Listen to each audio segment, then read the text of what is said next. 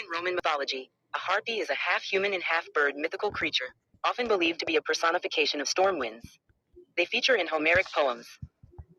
Descriptions. Harpies were generally depicted as birds with the heads of maidens, faces pale with hunger and long claws on their hands.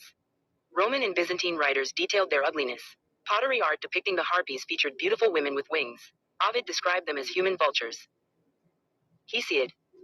To Hesiod, they were imagined as fair-locked and winged maidens, who flew as fast as the wind. He Harpii of the lovely hair, Okypete and Aelo, and these two in the speed of their wings keep pace with the blowing winds, or birds in flight, as they soar and swoop, high aloft. Aeschylus. Even as early as the time of Aeschylus, harpies were thought to be ugly creatures with wings, and later writers carried their notions of the harpies so far as to represent them as most disgusting monsters. The Pythian priestess of Apollo compares the appearance of the Erinyes, chthonic goddesses of vengeance, with those of harpies in the following lines of the Eumenides. Before this man an extraordinary band of women, i.e. the Erinyes, slept, seated on thrones.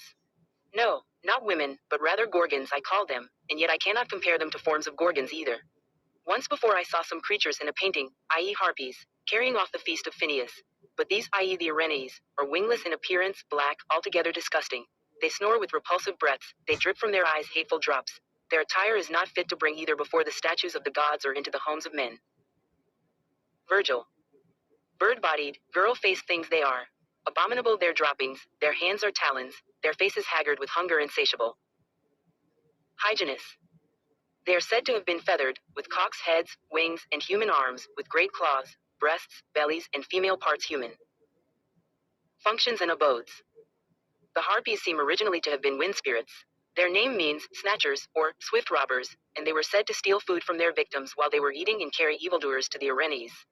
When a person suddenly disappeared from the earth, it was said that he had been carried off by the harpies. Thus, they carried off the daughters of King Pandareus and gave them as servants to the Erinyes. In this form they were agents of punishment who abducted people and tortured them on their way to Tartarus. They were depicted as vicious, cruel, and violent. The harpies were called the hounds of mighty Zeus, thus ministers of the Thunderer. Later writers listed the harpies among the guardians of the underworld among other monstrosities including the centaurs, Scylla, Briareus, Lernaean Hydra, Chimera, Gorgons and Geryon. Their abode was described as either the islands called Strophades, a place at the entrance of Orcus, or a cave in Crete. Names and family. Hesiod calls them two lovely-haired creatures, the daughters of Thamas and the Oceanid Electra and sisters of Iris. Hyginus, however, cited a certain Osomene as the mother of the harpies, but he also recounted that Electra was also